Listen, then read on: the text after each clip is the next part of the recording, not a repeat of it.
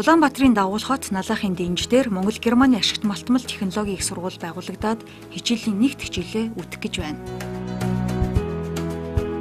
Манай сургуулийн ер нь бол талаас дэш профессорууд ер нь гадаад багш нар тэгээд бус багш нар Монголд дандаа Герман төгссөн багш нар. Тэгээд мэдээж олон улсын мэдлэгийг мэдээж бас олон улсын хэл англиар тавьдаг. Манай сургууль хичээлүүд бүгдөө.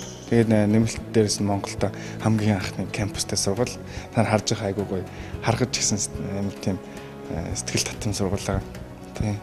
Тэгээд ер нь бол номер 1 зүйл мөрөдөл зорилго дээрээс нь маш өндөр түвшний боловсролыг их нутагтаал эзэмших боломж нэгцэнтэй. Холбооны бүгд найрамд Герман улсын канцлер хадагта Ангела Меркелийн 2011 онд манай улсад хийсэн төрийн дээд хэмжээний айлчлалын үеэр яригдсан яриа хэлцлийн үр дүнд дэлхийн инженерийг Монгол бэлтгэх Монгол Германы ашигт малтмал технологийн их сургууль байгуулагдаад байна. Ich würde sagen, Hochschulbildung. Манад суралцсан оюутнууд төгсөөд дэлхийн ямар ч улс оронд ажиллах өндөр түвшний чадвартай, мөн аль ч орны нэр хүндтэй ихтэйд сургуулиудад шууд элсэн суралцах чадвартай болгохын тулд бид дэлхийн хэмжээний боловсролыг олгохоор зорьж байна. Und weiter studieren können, wenn sie möchten, nicht nur in der Mongolei, sondern weltweit. Монгол Германы ашигт малтмал технологийн их сургууль нь Германы нэр хүндтэй техникийн их сургуулиудын консорциумтай хамтран ажиллах түншийн харилцааны хүрээнд Фрайбергийн уулын академи техникийн их сургууль, Аахны техникийн их сургуулийн харьяа 2 ч их сургууль, мөн Бохумын дээд сургуультай хамтран ажиллаж байна. Манай сургуулийн хувьд бол шалгуур өндөртөө бүгд бол гадаад дотоод ихтэй сургуульд одоо докторийн зэргийг хамгаалсан ийм хүмүүс бол ажиллаж байгаа. Инженерүүд бэлтэн байгалийн ухаан төр дундаа математик, физик, хими хичээлүүд бол ордог. Германы одоо хамтран ажилладаг ихтэй сургуулийнхаа профессорудаа зөвлөн анхны болбод программыг бол боловсруулсан байгаа. Энэ бол зөвхөн суурь хичээлийн үед яригдж байгаа зөвлөл дээ. За бусад хичээлийн үед бол ерөөсөө л яг Германаас өөрсдөө багш нар нь профессор багш нар ирээд ордог. Сургалтаа, судалгаагаа, үйлдвэрлэлтэйгээ холбоод гурван холбоо байгуулж ажиллах ийм зорилготой тэгж ажиллаж байгаа. Оюутнуудыг аль болох бага курсээс нь бид нар өөрсдөө бие дааж сурах, бие дааж ажиллах, бие дааж материалаа олох тийм ээ. Эрдэм шинжилгээний өгүүлбэрүүдийг ч гэсэндээ одоо бага үеэс л одоо суралцаад тэрийг уншаад ингээд ойлгоод тэгээд тэрнийгээрээ өөрсдөө бас зохих туршилт дадлагуудыг хийгээд явах ийм л чиглэл баримталж явж байгаа. Тэгэхээр бэлтгэл ангийн хүүхдүүд бакалаврынхнаас адил ер нь ялгаа байхгүй бүгдээрээ л нэг адилхан юм хийж байгаа, адилхан бүгдээрээ хичээж байгаа. Ер нь бол хувь хүний ер нь төлөвшөх талаас маш их давуу талтай.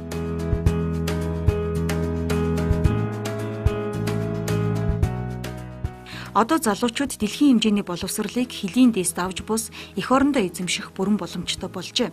Гагцхүү сургуулийн босхийг давахын тулд англи хэлний мэдлэгээрээ олон улсын хэмжээний түвшнийг хангасан байх шаардлагатай төдийгүй ерөнхий боловсролын түвшинд математик, физик, хими хичээлээр үндсэн шалгалтаа өгч 500-аас дээш оноо авч байж элсэн суралцах хэрэгтэй болж чадах нэ.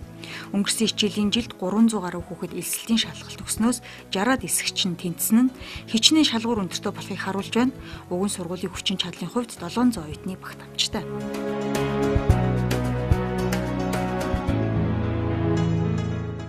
Би төгсчөд анх сургууль ер нь хайсантай би инженерийн чиглэлээс сургуулиуд. Тэгээ Монголд ерөөсөө шүтээс гэдэг сургууль байсан.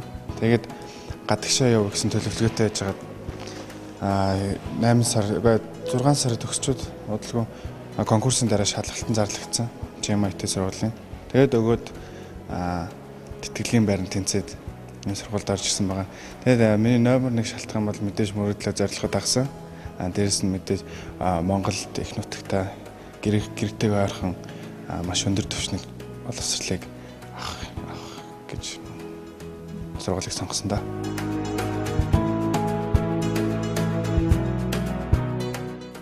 Монгол Германы техникийн их сургуульд энэ хичээлийн жилд 60 гаруй оюутан суралцж байна. Тэдний нэг хэсэг нь бэлтгэл курсынх, нөгөө нь бакалаврын үндсэн ангийн оюутнууд юм.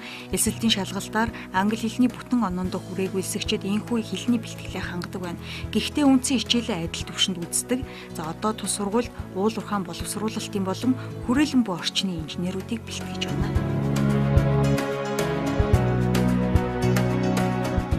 Биний хоёр жишээ хэлээ да. Нэгдүгээрт нь манай оюутнууд дадлагт 1-р ангиас эхлээд гарч байгаа.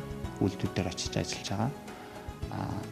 Түүнтэй уялдаад 2-р жишээ нь юу вэ гэхээр сургуультай хамт ажилладаг байгууллагууд нийлээд Монгол Германы технологийн их сургуулийн анд нөхдийн холбоо гэж байгууллага саяхан байгуулагдсан. Тэр байгууллагын зорилго юу вэ гэхээр биднийг энэ гурван холбоог үүсгэхэд туслах. Сургуультай ажиллаас үйлдвэрлэлийн ажлаа одоо судалгааны асуудал дээр жишээлбэл энэ байгууллагуудын хэрэгцээ нь юу вэ? Эргээд оюутнуудаа дадлагжуулах, эргээд сургалтаа явуулах ийм л зарчимтай.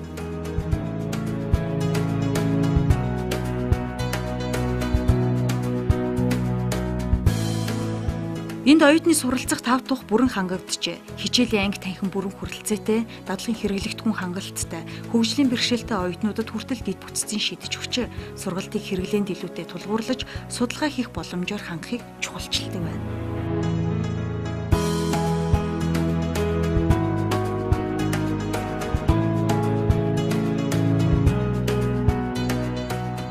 Зөөр хичээлүүдийн лабораториудыг нэлээд сайн тонголж авнаа гэсэн юм зорилготой ажилласан. Аль болох чанартай байх ёстой. Тэгээд бид нар яг энэ хичээлд хэрэглэгдэх энэ багаж тоног төхөөрөмжүүд, ялангуяа шил сав материалуудыг бол бид нар Германаас авсан.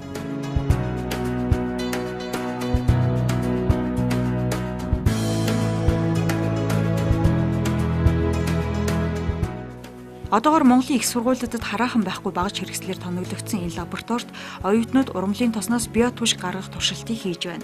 Хэрвээ туршилт амжилттай болвол анхлын үнэртээ савн хийх дараагийнхаа төслийг хэрэгжүүлэхээр төлөвлөжээ.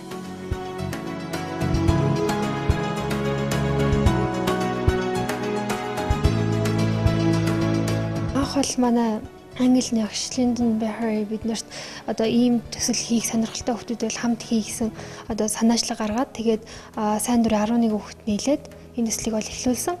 Тэгээд анхандаа бол биднэрт зүгээр яг ирээдүйд инженер болох хүмүүс ер нь иймэрхүү өөрийн гараар юм хийх ямар эдийн гэсэн бодлоготойгоор эхлэе. Тэгээд дараа нь бас бизнесийн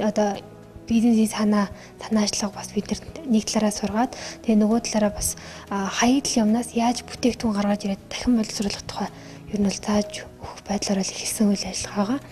Тэгээд одоогийн байдлаар бол бид нэр биодизелээ хийгээд бараг ер нь эцсийн шатандаа явж байна. Бидний хамгийн анхны эхэлсэн одоо туршилтын ажлын маань сүүлийн угаалт нэгдээд одоо октооныхаа тоог шалгуулахаар явуулах үлдсэн байгаа. Тийм дагаа энэ хэсэг бол одоо дахиад нэг угаалтын дараа бол яг энэ шиг бас цэвэр түш гарч авна гэсэн.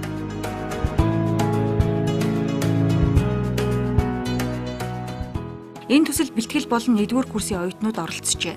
Дадлага ажлыг баг курсээс нь эхлүүлэх нь тэдний хувьд сонгосон мэргэжлийнхээ утга учирыг таньж мэдэх сонирхлыг нь татдаг байна. Ингэж гэмээр мэргэжилтэд дуртай чадварлаг болгосон хүүхдүүд бэлтгэгддэг ажээ.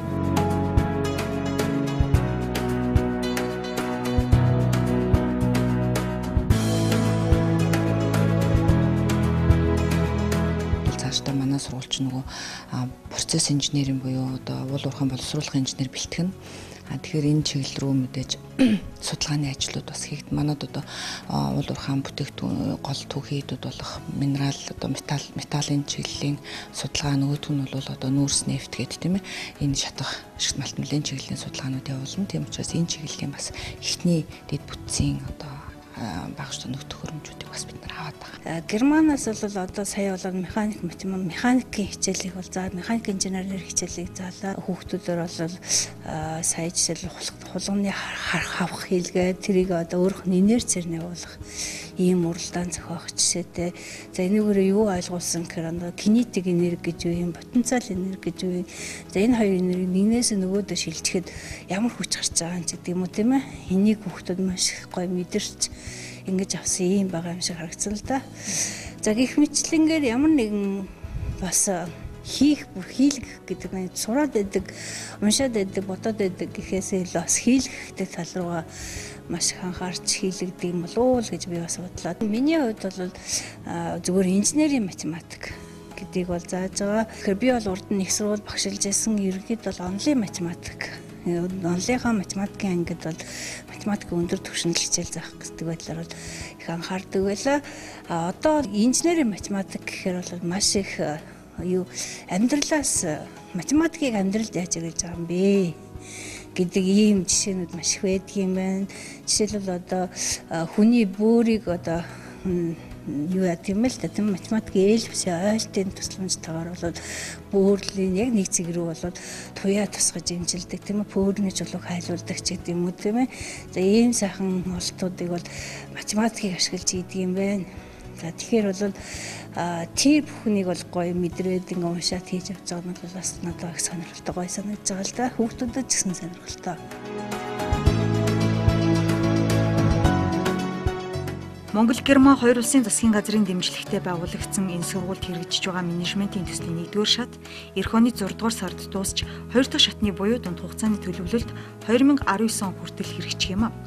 Энэ хүртэлх хугацаанд төрөөс дэмжлэг авч ажиллах сургууль цаашид бие даан чадахчих зорилт тавьжээ.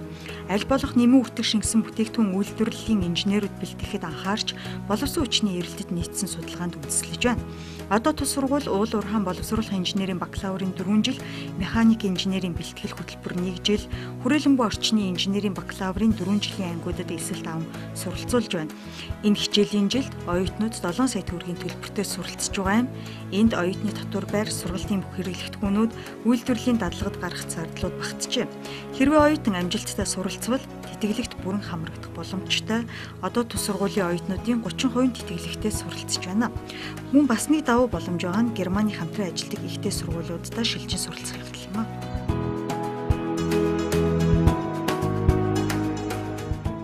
Монгол-Германы технологийн их сургууль нь Германы нэр хүндтэй цэхингийн их сургуулиудын консорциумтай хамтран ажиллах түншийн харилцаанд орж байна.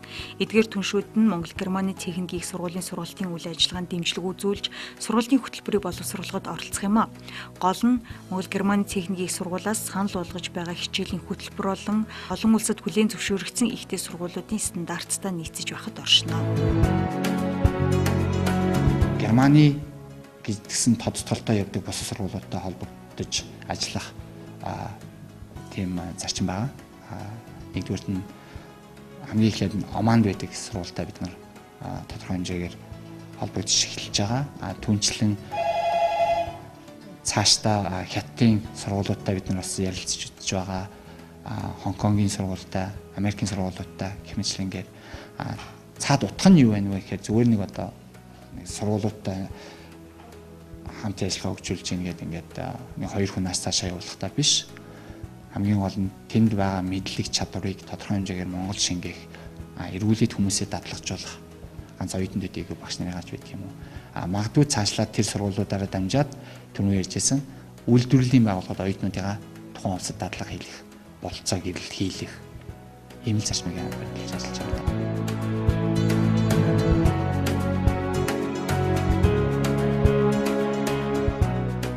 Хэдийгээр Монголдо дэлхийн боловсрол олж гадаадын ихтэй сургуулиуд руу шилжин суралцах боломжтой ч гадаадд суралцж байгаа монгол оюутнууд энэ сургуульд ирж суралцах сонирхолтой байгаагаа илэрхийлсээр байна. Сургалтын хөтөлбөр нь олон улсын стандартыг хангасан сүүлийн үеийн судалгаа шинжилгээнүүдэд үндэслэн сурах бичгүүдтэй хамтран ажилладаг гадны ихтэй сургуулиудын номын сангуудаас онлайнаар номоо захиал унших боломжтой гэд сурах нөхцлүүд нь олон талаараа нийцэж байдагтай холбоотой юм. Нөгөөтэйгүр зардлын хувьд ч хэд дахин илүү хэмнэлттэй мэдээж юм аа.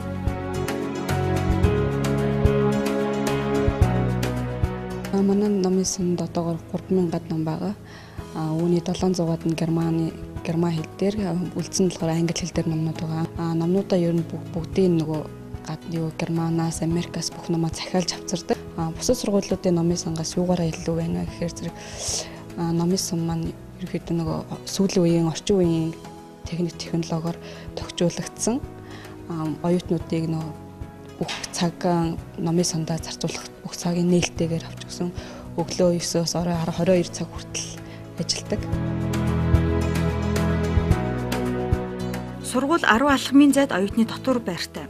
Оюутнууд бүгд дотор байранд амьдардаг. 7 хоногийн сүүлийн амралтын өдрүүдэд л харих боломжтой.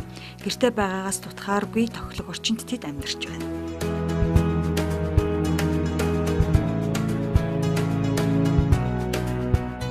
Аюулгүй байдлыг бол бүрэн хангаж ажиллаж байгаа. Жижүүр багш гарч байгаа.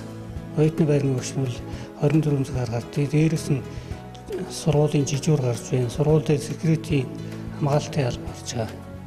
Тэгээд нь дотоороор бол ингээ бүрэн камераар тоноглогдсон.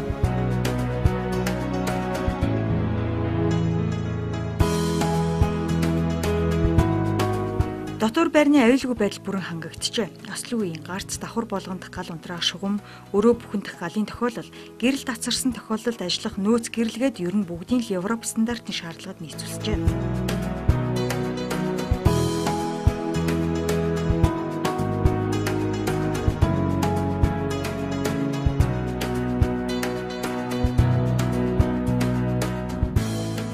Монголд бол ганц энэ дотор байр 160-аас 170 оюутны багтаамжтай сургууль бүрэн хүчин чадлаараа дүүргэлт хийвэл нэмж дахин ийм нэгэн дотор байрыг шинээр барих юм. Сурах орчин нөхцлөөр ийхүү бүрэн хангагдсан орчинд суралцж байгаа оюутнууд суралцах хугацаанд бүтээлч сэтгэлгээгээ хөгжүүлэхэд чиглэсэн төрөл бүрийн санаачлалуудыг гаргадаг нь энэ сургуулийн бас нэг давуу онцлог юм.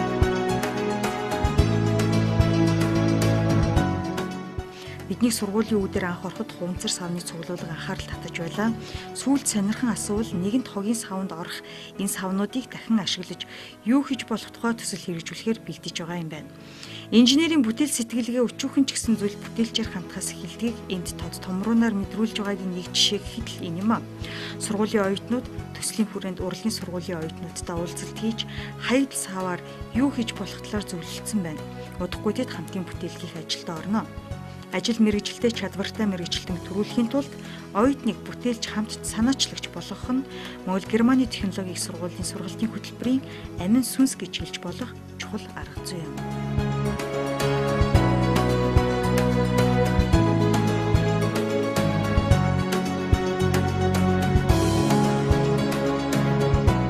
Сургуулийн зорилго бол дэлхийн стандартад нийцсэн инженерийг Монгол бэлтгэж Монголын болоод Азийн бүс нутагта тэргүүлэх сургуулиудын нэг болно гэсэн зорилт байгаа.